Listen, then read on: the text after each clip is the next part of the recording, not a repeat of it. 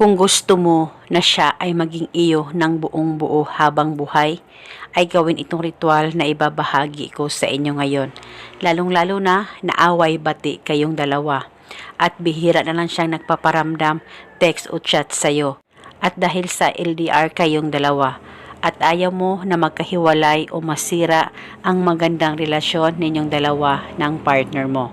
Ngayon, may ituturo ako sa inyo na napaka-epektibong ritual upang habang buhay maging iyo ng buong buo ang mahal mo. Basta itong ritual ay gawin sa tama, gawin sa mabuti at hilingin ng buong puso. At dapat wala kang pagdududa o pagdadalawang isip sa mga ganitong pamamaraan. Nang sa ganon, mapadali po ang talab nito. Una, ang gagawin mo lamang, kumuha ka ng papel at panulat at isulat sa papel ang kanyang tunay na pangalan at apelido ng 3 beses. At pagkatapos ay kumuha ka lamang ng isang hibla ng buhok mo at ilagay ito sa papel na may nakasulat na pangalan niya. At pagkatapos ay balutin mo ang buhok mo sa papel. At nang mabalot mo na ito ay kumuha ka lamang ng pula na pantali, pula na ribbon, pula na thread o pula na sinulid ay pwedeng gamitin.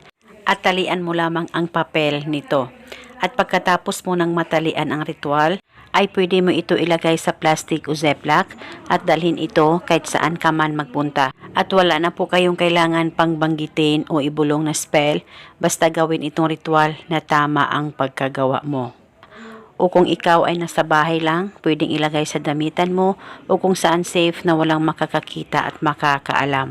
Paniguradong ikaw at ikaw lamang ang mamahalin niya at maging iyo siya ng buong buo habang buhay. Basta itago itong ritual pang matagalan. At eto muna sa ngayon, maraming salamat po sa panonood. May God bless us all.